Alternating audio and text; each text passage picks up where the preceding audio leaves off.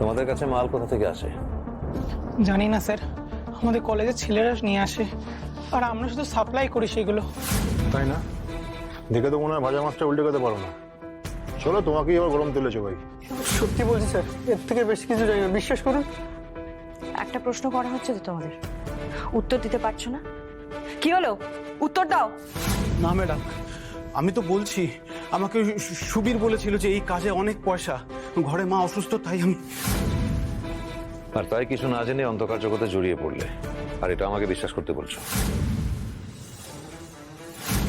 আরে আমার কপালে কি বোকা গাদা লেগে আছে নাকি রে? হ্যাঁ,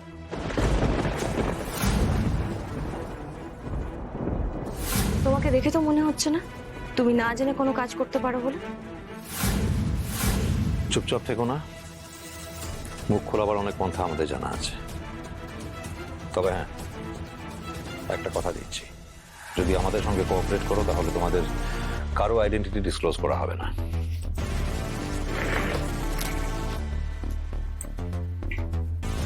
স্যার কি বললেন শুনতে পেয়েছো? তোমার আইডেন্টিটি ডিসক্লোজ করা হবে না। তাই আমি চাই তুমি নিজের কথা নিজেই বলো। নিজেকে সাহায্য করার জন্য আমাদের সঙ্গে কোঅপারেট করো। তুমি জানো না ড্রাগস নিয়ে তোমার বয়সী ছেলে মেয়েদের কি পরিণতি হচ্ছে, কিভাবে মৃত্যুর দিকে তুমি তাদেরকে ঠেলে দিচ্ছ। এটাকে জেনে শুনে খুন করা বলে না? নাম?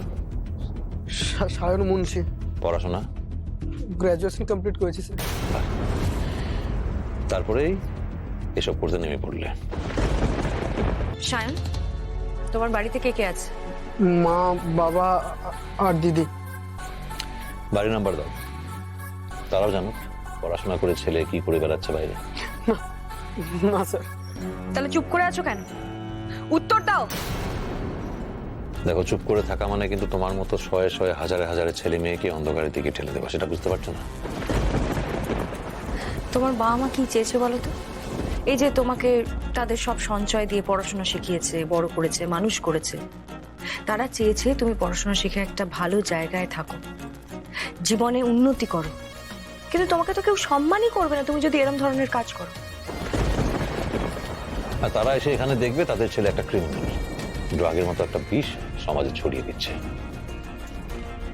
তখন যদি সেই আঘাত সহ্য করতে না পেরে তোমার মায়ের কিছু হয়ে যায়, তখন না, তখন তাদের মৃত্যুর জন্য একমাত্র দায়ী তুমিই হবে সায়ন, তুমি।